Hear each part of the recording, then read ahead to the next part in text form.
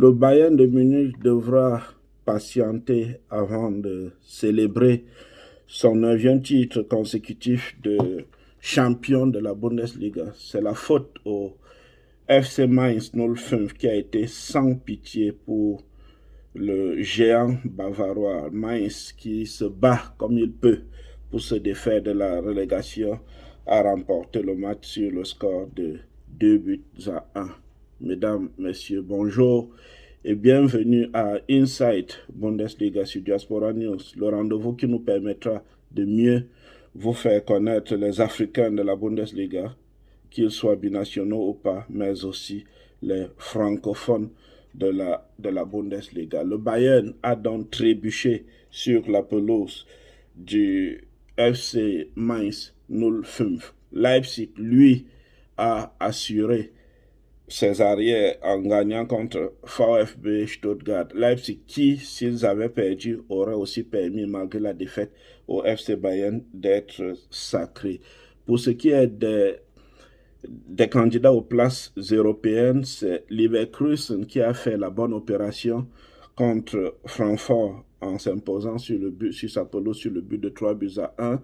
Et c'est Dortmund qui allait faire une très belle opération sur la pelouse du VfL Wolfsburg en allant s'imposer sur le score de 2-0. Notre focus aujourd'hui portera sur deux équipes. D'abord sur le FC Bayern, parce que c'est le FC Bayern qui regorge du plus grand nombre d'Africains ou de francophones dans son effectif. On pourra donc parler de Tanguy Nianzou. Il est défenseur, il a 18 ans et il est franco-ivoirien. Alphonso Davies, qu'on ne présente plus, a des nationalités américaines et canadiennes, mais l'on sait qu'il est d'origine libérienne. Lucas Hernandez est franco-espagnol et évolue donc pour les Bleus. Benjamin Pavard, qu'on ne présente plus, est français. Bouna Sarr, qui ne fait pas un très très bon début avec le FC Bayern, dont le transfert est jusque-là l'objet de diatribes entre l'entraîneur et le directeur sportif Salih Admissik. Lui est franco-guinéen. Coco Tolisso, dit Corentin Tolisso, lui est franco-togolais et évolue pour l'équipe de France.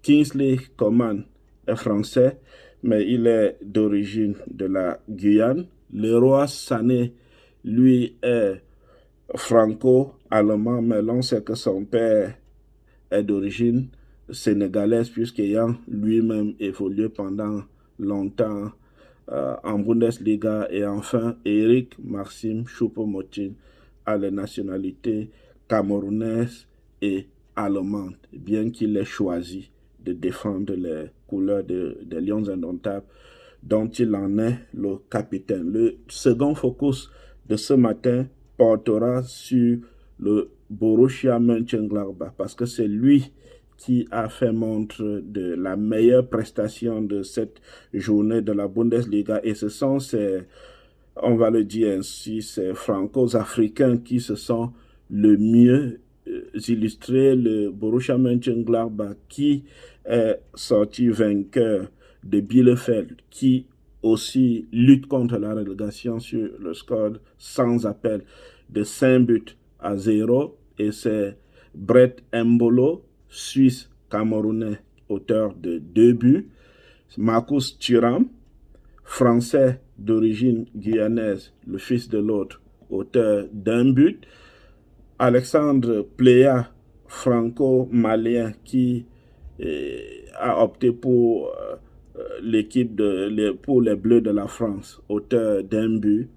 De Benzebaini, franco-algérien, qui est international algérien, auteur d'1 but sur penalty. C'est donc cette communauté franco-africaine qui a été décisive pour la victoire du Borussia Mönchengladbach face au Bielefeld.